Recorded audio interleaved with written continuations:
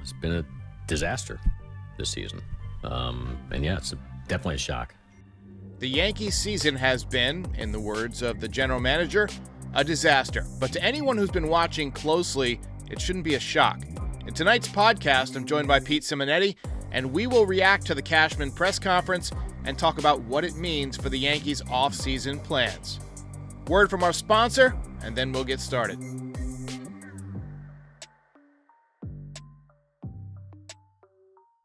If you follow this podcast, by now you've heard of Game Time.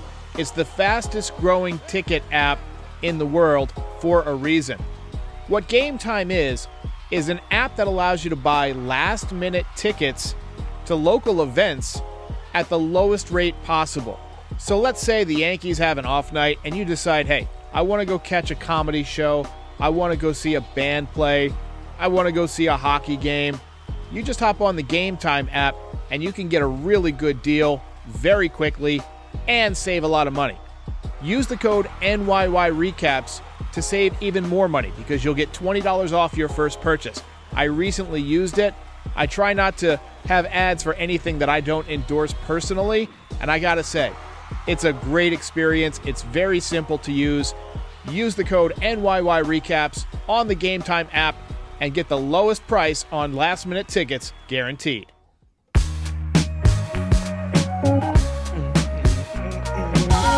Welcome back, everybody. Welcome back. Joining me here is Pete Simonetti. I have not had a chance to speak to you, Pete, since the Yankees officially waved the white flag. How you doing? I'm doing good, man. I'm hanging in there. The good thing is, even though the Yankees payroll's $290 million, we're doing better than they are, so it's okay. Hey, congrats on the new channel name, the rebrand. I like it. It's much easier to say. I love NYY Underground. That's a really cool name. Yeah, I had I remember when I used to have the Guians on. It was hilarious because they could never get it right. So that would be like NY news. I was like, just spell it out, damn it, it's right there. Right.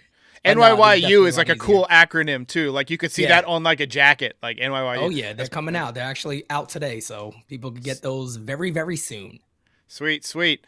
So Brian Cashman spoke to the media, and this guy, man, I tell you, he sounded more defeated than I think I've ever heard him before, and rightfully so. He's, if I had 6 straight months that were terrible at work too, I would, and I created this project, I wouldn't feel good about it. But the way I look at it, he's got 3 ways that he can go from here. So I want to lay out the 3 options that I see, and then I'm going to let you kind of take it away, and we'll talk through each of them. So option 1, transition to a rebuilding phase. Call up the young guys, Dominguez, Wells, maybe trade Glaber over the winter, get some younger guys. Problem with that is it means you're not going to win for a couple of years, and you're wasting Aaron Judge and Garrett Cole's prime. That's option number 1. And none of these options are good, by the way. I just want to put that. That's what he's done. He's got no good options left. Option number 2 is invest a lot into next season strategically. So think about adding Bellinger, Yamamoto, maybe Candelario, maybe trade a couple of your prospects and just try and reload on the fly.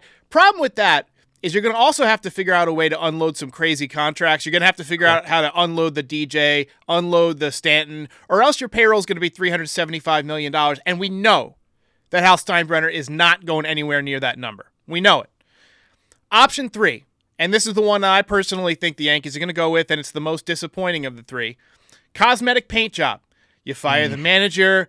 You fire a couple of token coffee boys in the front office that have recognizable names.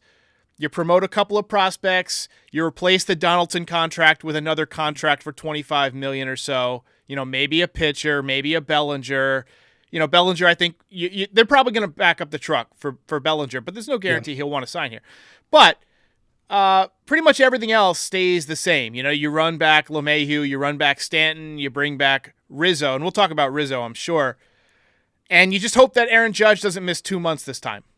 I'm thinking that's the most likely scenario of the 3, but I'm interested in hearing your thoughts on all of them. Well, you're right. The third one sounds like the Yankees, doesn't it? I mean, that 100% sounds like what the Yankees would do. They'll get their scapegoat, in one guy, and like you said, that just put some paint over what they've already done. I see you beat you. I didn't do it. IKF was not out. Okay, he was. I know he was safe. Whatever. that's a little back and forth on our channel that we joke around about. But looking at option one, you said it makes, could also make a lot of logical sense, right? Is that the Yankees say, hey, young guys come up, take over. This is kind of what we planned for already, and we got to ride with it. Whether it, works a ton, we'll see. If it doesn't work, it's kind of the position we've put ourselves in. Like you said, Brian Cashman has kind of left the Yankees in not a good scenario. Any way you look at it, it's kind of tough either way. Now, option two, I still feel is the best option. And the reason why is because I think you answered it for yourself, right? You said, well, if you go option one, you're really wasting Judge and Cole. You can't afford that. You're the New York Yankees. You can't sit there and go, we got to do a full-on rebuild because we're the Yankees, and this and that. I think, again, with the creative GM, I do believe, like you said, you got to figure out a way that Stanton just goes. And I don't know if that's possible. So I'm going to go ahead and say, good. Just real quick on Stanton. Bobby Bonilla. What if we give him 20 years, you add $5 or $10 million in value to what he's got now. So you give him a bigger contract, but you extend it for 20 years. Take his AAV down to like $5 million or something like that. Then when he's done, be okay with that. I'd be okay with that. I know some people, there's always been that concern of the Bobby Bonilla thing, but hey, look, where this guy is right now, you got to understand, he's just not good. I don't care about the homer that he pops every now and then. His last 100-plus games, he's hitting under 200. This is not a tough stretch. This is kind of who he is right now. So looking at what you said, I agree on Bellinger. Like you said, there's no guarantee that you're going to sign anybody. I looked up Yamamoto's numbers again today. I've actually talked to somebody that watches him constantly. He said, Pete, he is the best pitcher to ever come out of Japan. His numbers are sick. Me? He said, yeah. He goes, as a matter of fact, I think he's on his way to win his third MVP award. It's the equivalent of the MVP over there. Never been done before. That's how good this guy is. You got to kind of back up the truck for him, too. Now, if you do those things, you're right. I think DJ LeMahieu is tradable. He's having a very good second half, hitting over 290, I believe. I think he's tradable. I think Anthony Rizzo is possibly tradable. Now, will the Yankees do it? That's why I think you got to hope that there's a new GM in charge. And I don't think that's going to happen based off the way Brian Cashman sounded. Right. He kind of sounded overly confident. Now, he did say when it came to Boone, he didn't give him a voice of, confidence. He kind of said, we're all going to be evaluated. He deflected. The way he left it. He deflected. He said, yeah, so if I was getting ready to fire somebody, like if you came on and said, hey, Derek, how's Frankie Baseball doing this year? And I said, we're all having a tough year, myself included, and we're all going to need to be evaluated after the season. That basically means Frankie's on his way on his ass. By the way, Frankie Baseball not feeling well tonight. Feel better, Frankie. Get well soon. Feel better, Frank. I think it's really important to see what Rizzo has this season. Like, if he comes back and goes 2 for 37, you can't bring him back. You can't bring him back. Because concussions, we saw what happened to Frazier. He's never been the same. Well, Derek, look, one of the things I talked about too, right? We went from at first base, we went from Tino Martinez, we went to Jason Giambi, we went to Mark Teixeira, and now we don't know what the hell we're doing anymore. Put Bellinger at first. I don't know if he'll do it, but he's a very good first baseman. He's a very, very good first baseman also. That's an option. Whether it's, even if you got Bellinger and Rizzo's there, right? You can say, hey, Cody, in year 2, we're probably going to switch you over to first base. So it works out for everybody. But Bellinger, Yamamoto, a couple of good trades, smart trades is what the Yankees need. The scariest thing about it is that if Cashman's the guy, I think the third option is where they actually do go. Yeah. I could see them signing like as option 3, which is to refresh for people who are just joining, just the coat of paint, right? So you fire Boone, which is an easy move to make because, of course. The fans will love it. It's like throwing red meat to the fans, right? Feast on this carcass while we sign the next Jake Bauers and, Willie Calhoun or whatever. Yep. I do think that they're going to go hard after Bellinger, and they do have the advantage of, his dad played and won a championship with the Yankees. And he did have nice words, too, about playing for the Yankees potentially. Right. And it's it's something different to come to Yankee Stadium and see that 314 sign. He doesn't have that anywhere else. I mean, he could legitimately hit 50 home runs at Yankee Stadium, and he's a good defender.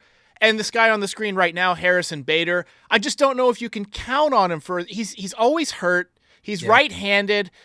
I feel like they should have dealt him at the deadline and got something for him. But then again, that's Cashman, right? I mean, he's not going to do that. They'd rather eat the money next year or whatever. So, look, I just don't know that we're between the proverbial rock and a hard place here. There's no good options. No, there's no good option, and that's the best way to put it, right? Because you cannot waste Cole and Judge. You can't do it. That's not a route to go. And on top of that, we don't know what those private conversations with those guys were. A lot of people say I'm coming to the Yankees because they got a chance to win every year. That's why I want to be here, because we're always in contention. Well, I'm pretty sure Judge didn't sit back and go, I'm signing this 8-9 year deal, whatever the hell it was, with the idea that in year 2, I'm going to do a rebuild. Yeah. You know what I mean? I don't think that was ever the thought process. And it should never be the thought process with the New York Yankees. So, a lot of us look at this year and we go, they got no chance in being good next year. I disagree. I think the Yankees could be good next year. I just think it's going to take the right mindset. And that is the biggest problem, because, again, the person that probably needs to get out of the picture is the guy that's making all the decisions, and that is Brian Cashman. He's in charge of this organization. It's as clear as day.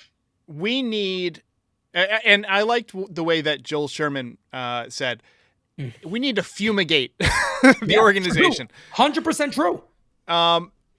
This team has enough parts to be good next year. Garrett Cole's still going to be good. Aaron Judge probably still going to be a 50 home run guy next year. I don't know how you can bring Stanton back. I get that he sells some tickets still. I mean, people like to watch him hit BP. He still has power. If we look at his StatCast ratings, and right now I'll just pull it up for you. Average exit velo still in the 96th percentile. Max exit velocity in the 100th percentile. But that just goes to show you that you can't build a team on exit velocity and hard hit percentage alone. Like, you can't. Bingo. You have to have baseball skills. Bingo. I recently watched some highlights, and this is another guy I want to talk about, Ben Rice. We can talk about him in just a second. Big numbers in Double-A. But you have to be able to play baseball. You have to be able to score from second on a base hit. You know what I mean? And I think the Bobby Bonilla situation might be the only way out reasonably of the Stanton contract, because nobody's going to take him.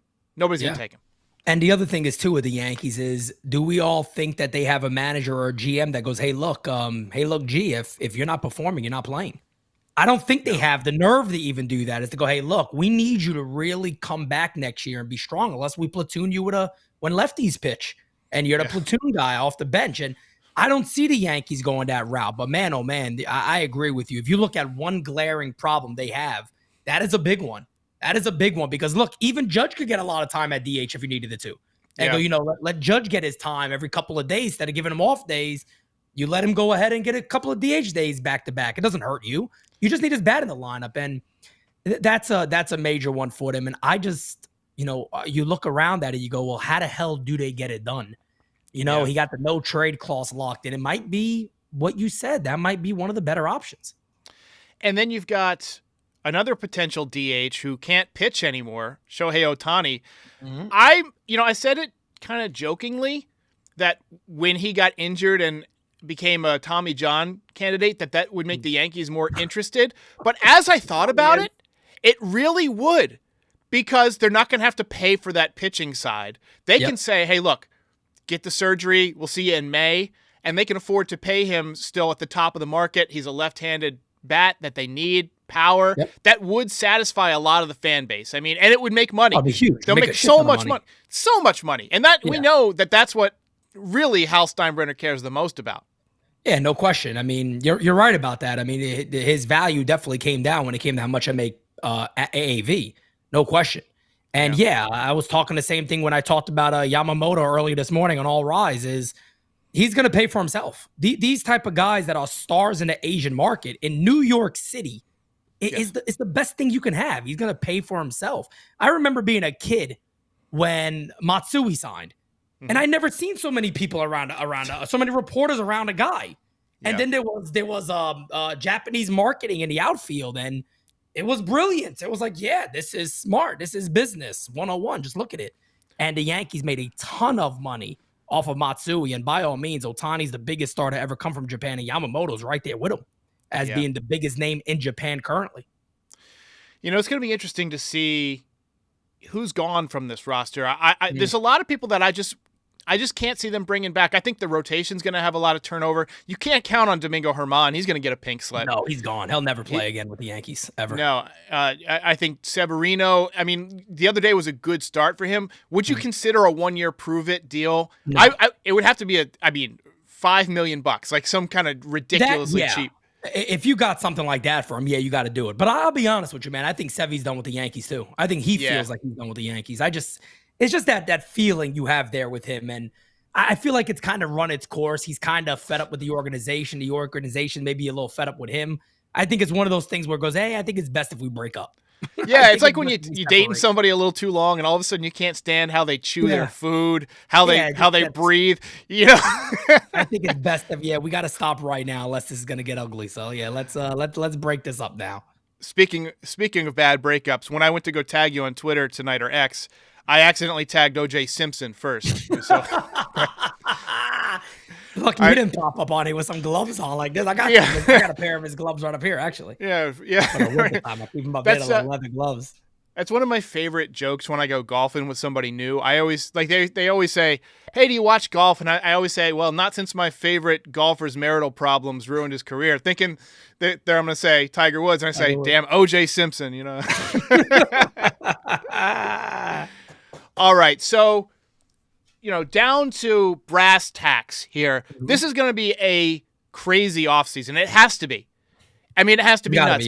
And the Yankees can't wait around. This is not one of those years where you wait and pick up guys for, the non-roster invite guys for spring training like Bowers and Calhoun.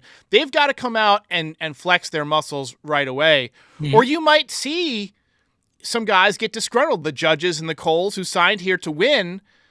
They've got to see this too. They've got to see, hey, we got a whole lineup full of right-handed hitters. Why aren't we doing anything about this? Yep. I think they'll be vocal. I hope they're going to be vocal because, look, everybody sits back and goes, oh, they make all this money. They don't care. Guys, but at the end of the day, it is their profession. And at the end of the day, I think some of them truly do want to win. Yes, they're set for life. It's generational wealth. We understand that. But these guys do want to win at what they play at least maybe not all of them, but some of them do. And I do see that from Cole and Judge as guys that want to build a legacy with the New York Yankees and be remembered upon that. Look, Aaron Judge does not want to be the next Don Mattingly. He doesn't want to be a captain who has never won. I don't think he wants to be that. And, it's going to be a crazy offseason. It has to be. You're right. The Yankees cannot sit back because here's the other thing that Steinbrenner is going to care about. You got season ticket holders. You got to show them something. Yeah. I mean, that's another thing to remember. There's a lot of people out there that work for the Yankees that have to send emails to go, hey, your season tickets are available. Are you going to renew? And a lot of Yankee fans are writing back going, for what reason? Yeah. I need to wait and see. Well, I'm not doing season tickets again. For what reason? Yeah. Why? I got to see better than a 231 average if I'm paying out the wazoo for those season ticket prices. You know what I mean? Look, I mean, there's a word being thrown around about the Yankees this year, and it's a word that probably stings more than any other word to them, and that's boring. They're a boring product. The Bronx Bombers are built around excitement. New York City, it's just, they stress like how much fun it is to go to the ballpark. It's no fun to go to the ballpark right now. No, it was I went a couple of Fridays ago, the game when they played Boston and they were down 7-0 in the second inning. And the first inning, I looked around to everybody and I go, oh, that's all right, guys, game's over. I'm literally sitting there like, dude, does any of us here expect the Yankees go on a tear and they just come back in this game? Bello was pitching and I was like, yeah, this game has been over. I mean, once I think Yoshida hit a 3-run home run and made it like 4-0 in the first. And I said, this game's over. That's it. And everybody felt that way. You're looking around and everybody's just having private conversations. It's like, yeah, we're in a mall and there's a baseball game on and that's second nature. Nobody really cares about that being played. So there's two things that I want to just drop on you and the chat real quick before we go. The Orioles are really good. The Yankees Very need good. to get a lot better to overcome the Orioles. Like, if you're serious about winning the division, this can't be a coat of paint job. It's got to be option number 2. It's got to be aggressive. Be aggressive. But the other thing that I want to note is that there's not a lot of great free agents out there. There's some good pitching.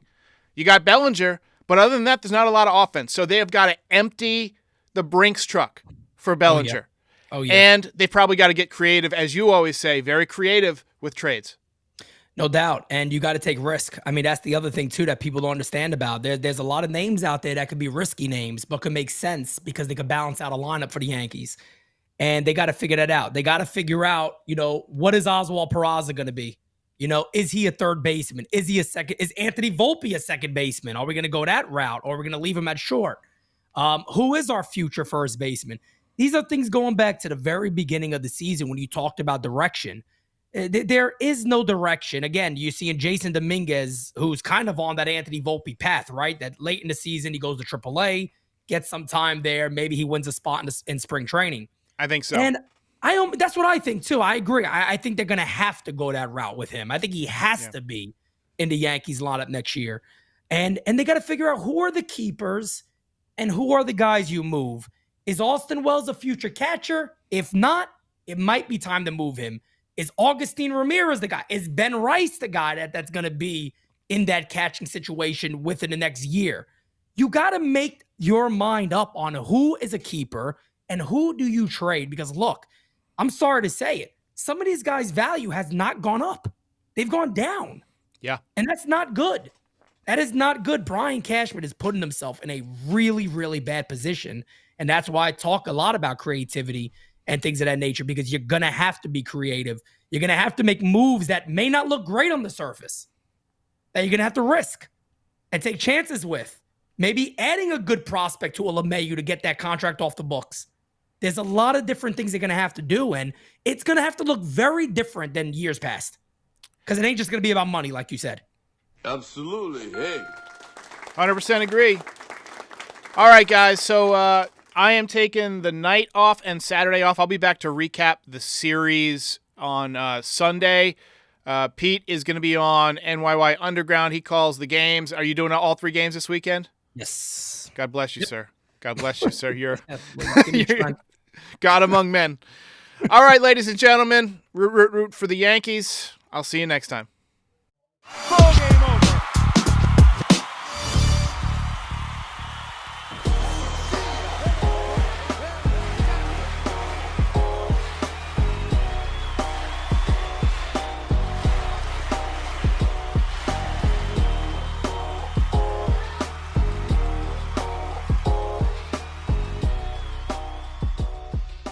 Most impressive.